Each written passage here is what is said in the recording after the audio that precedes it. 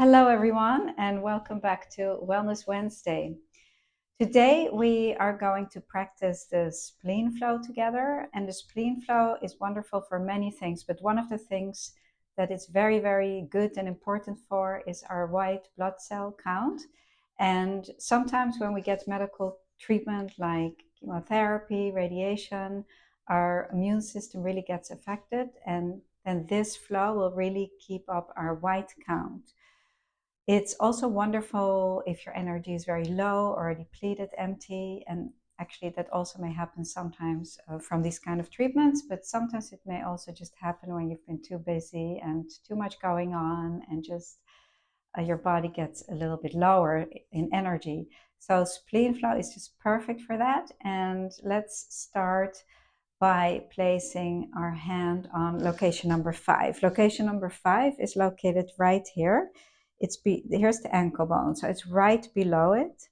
So you can place your fingers there or your thumb, whatever feels good and easy for you. And the other hand goes on the tailbone here, so you can use your fingertips right on the tailbone, which is the bottom of your spine, or use the back of your hand.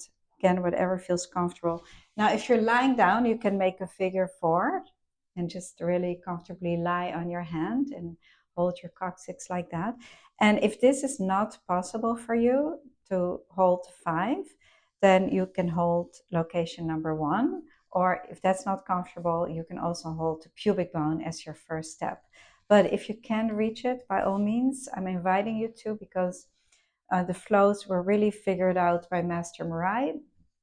And so if we can reach it, it's important to stay true to the flows the way they were passed down to us. So location number 5 is important because it really helps to regenerate the body. So right there, you receive a lot of energy.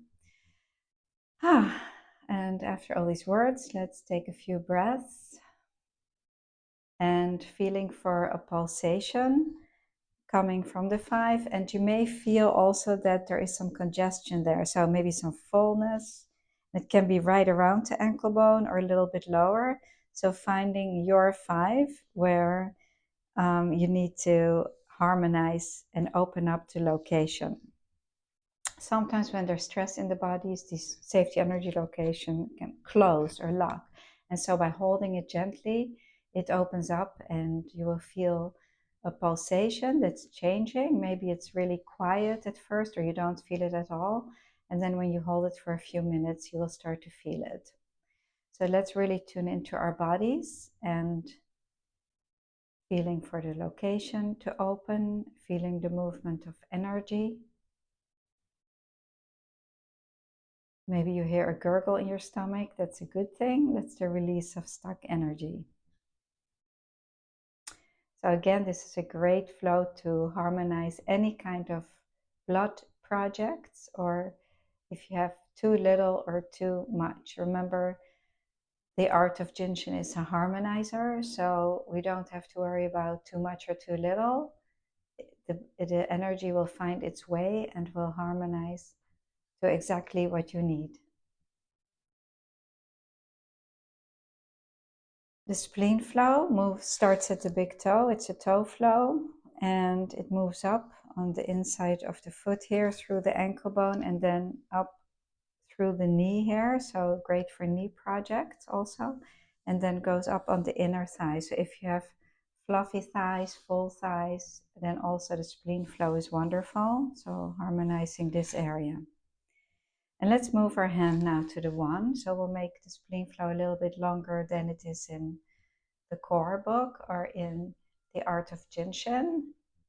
Pamela Markarian Smith, she's the founder of Jinshin Institute. In her books, she does demonstrate the 5, then the 1, and then the pubic bone. So you be the artist and you can go wherever it feels comfortable for you. So today we're doing the long version. So after it moves up on the inside of the leg, it crosses to the other side. So it also helps the opposite chest. So the breast area, the lungs, and it's a great flow for digestive projects.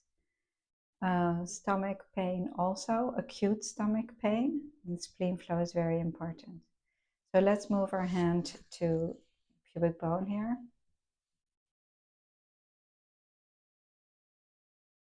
And then to 14. So now we'll pick it up again from the book, the way it's demonstrated in the art of jinshin and in the core. So holding 14, we're opening up the waistline and harmonizing our digestive system. The spleen flow is also key to the immune system. So for any immune projects, the spleen flow is very important. Nice. And then let's move our hand to 13 here, to the opposite 13 here.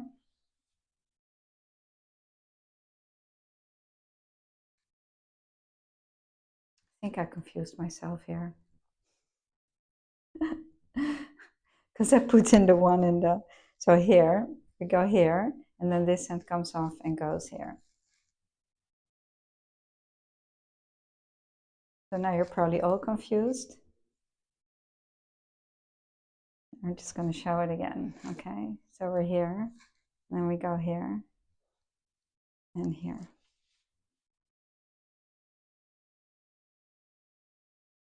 Also, you can't really go wrong with jinshin, because if you do it that way, it's probably exactly what you need. And so, yeah, that's probably exactly what I needed. So the energy will always find its way, even if you use the wrong hand or the wrong side. So we're holding 13 and 14 here, and then the last step is holding 22. So again, allowing you to exhale with the 22. And this flow is also great for thyroid projects. So at the level here of the thyroid gland. Also, if you are a person who is yawning a lot, it's an indicator of the spleen flow need. And also the spleen flow harmonizes the nervous system. So it's good and important for so many different things. So let's briefly practice the other side. We'll do the shorter version and you can just practice along. I'll be quiet and you can take 3 breaths per hold. So the coccyx, the tailbone, and SEL5, let's take 3 breaths.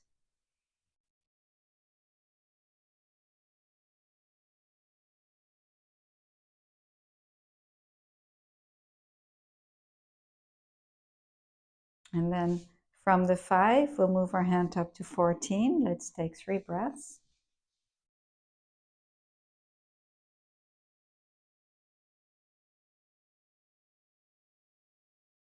Nice. And then we'll move our hand from the tailbone to the opposite 13 here.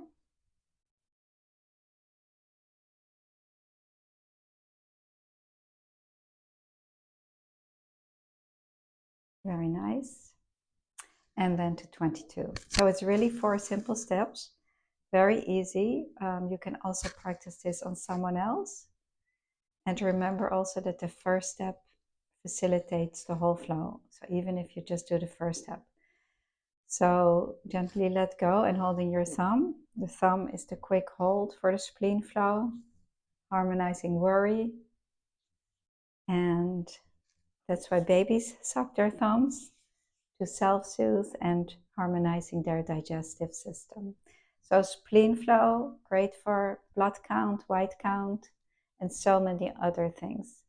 So you can practice this on yourself every day, particularly if you feel you need it, and have fun with it. Enjoy and enjoy your day, and thank you so much for joining. See you next time.